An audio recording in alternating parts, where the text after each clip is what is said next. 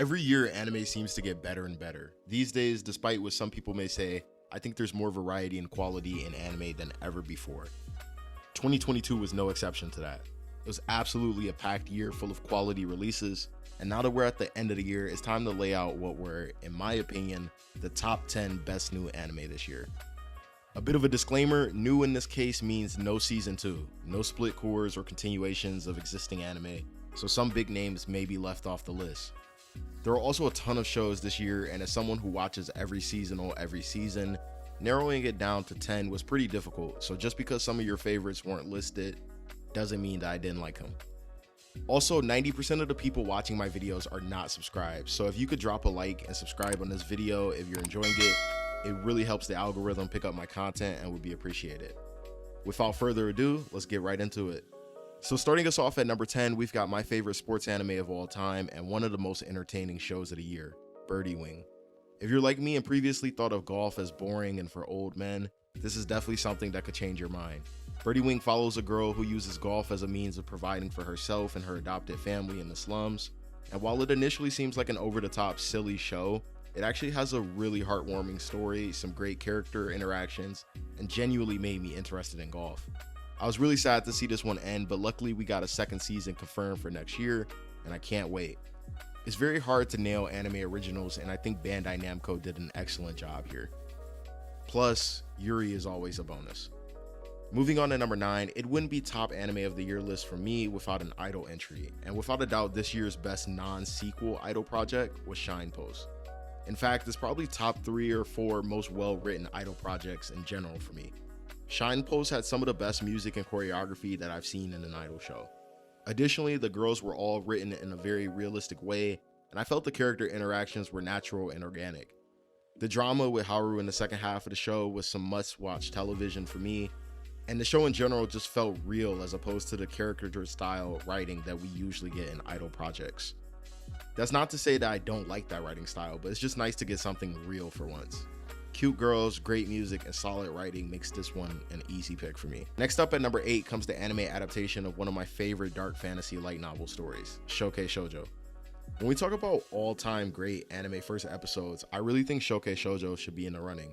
The plot twist in that episode that sets up Minnow as the main character was so well done. It's really a shame that loser incels online wrote off the series after the episode just because their loser self-insert male character was not the main character. People cry all the time about wanting a shakeup in the isekai formula, and when shows like Shokei Shoujo come around, they unfortunately get slept on. For those of us who did watch the anime, we were treated to a really intriguing story with an interesting world, lore, mechanics, and best of all, Yuri. Having an all-female cast in a dark fantasy setting like this is really different, and I'm hoping we get a second season soon. Oh yeah, and you can't forget that banger opening. Number 7 is an A1 original from summer, but it's probably not the one that you're expecting. Instead of Licorice Recoil, I've got Engaged Kiss on this list. I know that's probably going to be really controversial since Licorice Recoil was everyone's darling from that season, but hey, what can I say? I liked Engaged Kiss's story and characters a lot better. Engaged Kiss didn't have the Yuri hype that Licorice Recoil did, but the love triangle antics with Kisara, Ayano, Sharon, and Shu, combined with the awesome action scenes and more interesting supernatural bounty hunter style plot, just hooked me a lot more and made this my favorite show of the season and one of the best of the year. Speaking of Sharon and Ayano, I think they're 2 of this year's best girls, and if I end up making a top girls of 2022 list, they're certainly going to be at the top. Next up at number 6, we've got Yofukashi no Uta, and honestly man, I don't even know where to start with this show. It was just different. It felt like teenage angst personified. I loved how the show was basically an allegory for that desire to be accepted and fit in that we all go through at some points in our life. And the relationship between Ko and Nazuna was just awesome.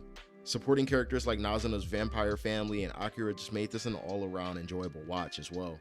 And don't even get me started on how beautiful the background art in this show was. Liden Films really were deep in their creative bag with this show, and even though it has a bit of fan service, it's so much more than that. It's a nice tale of overcoming anxiety and the stresses of youth, and it also gave us another Best Girl 2022 candidate in Nazuna, which y'all have surely seen by now if you've been on social media. And speaking of Best Girls, I'll be doing my own video on that pretty soon, but I'm curious to hear who y'all think are in the running for this year's Best Girl. Let me know in the comments. Moving on to the top half of the list, at number 5, we have the best rom-com of the year and one of my all-time fave ones, Fukoi. This one's a bit funny because on the surface, it has a lot of the generic tropes that plague rom-coms, but it executes them in such a way that the show remains really fun and enjoyable, and still manages to feel fresh.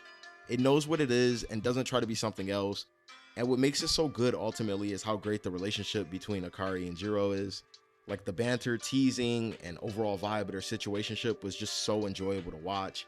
It reminded me a lot of Marin and Gojo from Kisukoi, which I actually left off this list in favor of Fukoi just based on pure enjoyment. There's a lot of fan service, but that's always a good thing for me, and I actually think a lot of it is important to the story, since I feel like the fan service for Akari and how she dresses and presents herself is really an effort for her to just hide her insecurities, so it's really plot relevant, literally.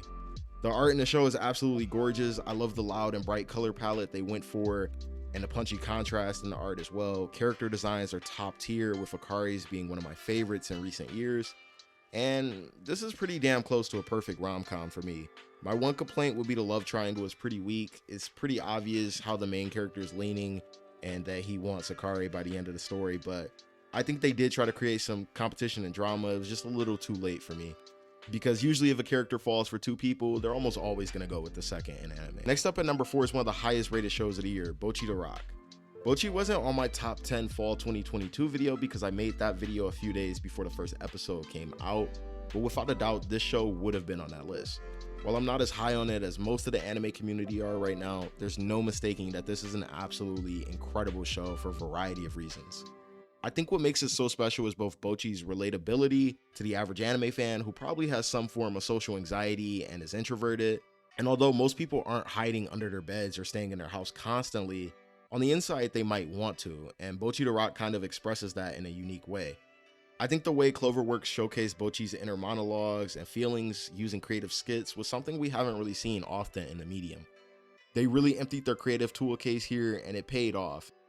In fact, I remember a member of the staff tweeted out recently that he literally was so confused on how to express a situation with Bocchi in the anime because the production staff literally just came to him and told him to do something. You combine the relatability and artistic quality of Bocchi with great music and cute girls, and you have a really special formula. It was honestly a tough debate for me between putting Bocchi on this list or Do It Yourself, and I ultimately opted for Bocchi after a really hard debate because of how the show is ultimately a love letter to my favorite band, Asian Kung Fu Generation. And even though it took me 12 episodes to realize that all the episode titles and character names are direct references to the band, because of the impact that they had on me as a kid during my emo angsty years, I had to give this show the nod. I will say though, I don't think the gap between Bocchi and Do It Yourself is as big as it currently stands on my anime list. I think Do It Yourself is an amazing show too, but I just slightly lean Bocchi right now. Entering the top 3 on my list, at number 3 I have Kokyu no Karasu. If you've been following me on social media or my anime list, I've been so high on this show for so long, since the absolute beginning. I absolutely love the Chinese mythological setting, the Josei style writing, the characters, the banter, the look of the anime, etc. It's not a type of show that we get a lot anymore, which really makes me sad, because that Josei shoujo style of writing is just so much better than the same regurgitated shonen that we get so much of these days. I really love the two main characters' relationship, and I was happy that it stayed platonic. It's so nice to see a guy and a girl in anime just stay friends and encourage each other to be better people and support each other. Not everything has to be shipped or become a romance, and the story really benefited from that dynamic in my opinion. I love the detective style setup of the show, with trying to solve mysteries every week, and the confined nature of everything taking place within the walls of the palace really gave a unique feeling. I also just think Shoshi is really cute and one of my favorite female main characters, so it was a no-brainer for this show to be in my top 3. I can't wait to read the light novel next year when it comes out, and I highly encourage everyone to check out this show if you haven't. Winding down the list to number 2, we have Akebi Sailor Uniform, Cloverworks' second entry in my top 5. I've been calling this show one of the best anime of the year ever since I first saw it. It really is one of the most aesthetically pleasing shows I've seen, and I love the wholesome story with Akebi going to a new school, being the catalyst for people improving their lives. It's very much a cute girls doing cute things slice of life story, but the character interactions are top tier, the story is grounded and believable, and Cloverworks as usual put their best foot forward in terms of production. There's really not much else to say. It's a show you have to watch and see how everyone grows and evolves over the course of the story to really appreciate it. Akebi quickly became one of my favorite main characters, and I think this show is a must-watch for any fan of slice of life and slower-paced stories. Finally, at number 1 on my list, my pick for anime of the year, Summertime Render.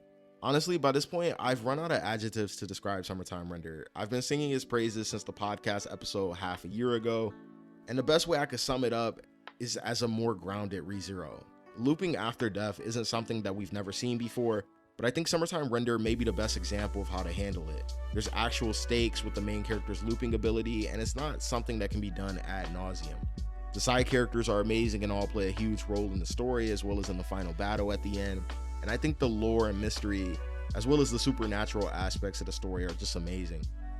I prefer watching things weekly as opposed to binging, of course, but Summertime Render is definitely one of those shows you might want to binge, as there's just so many cliffhangers and WTF moments over the course of the show that you'll want answers immediately. There were so many weeks that I was left blue ball because of where an episode ended. The tension, drama, and mystery were just perfect in the show. It's really a shame that Disney Jail prevented this from being as big as it deserved when it aired. Of course, the mouse ruins everything. That aside, this stands clear at the top as anime of the year for me. Like I said, 2022 was full of amazing anime. Every season these days just seems to get progressively better and better. And there's so many shows I left out of this list that could be here.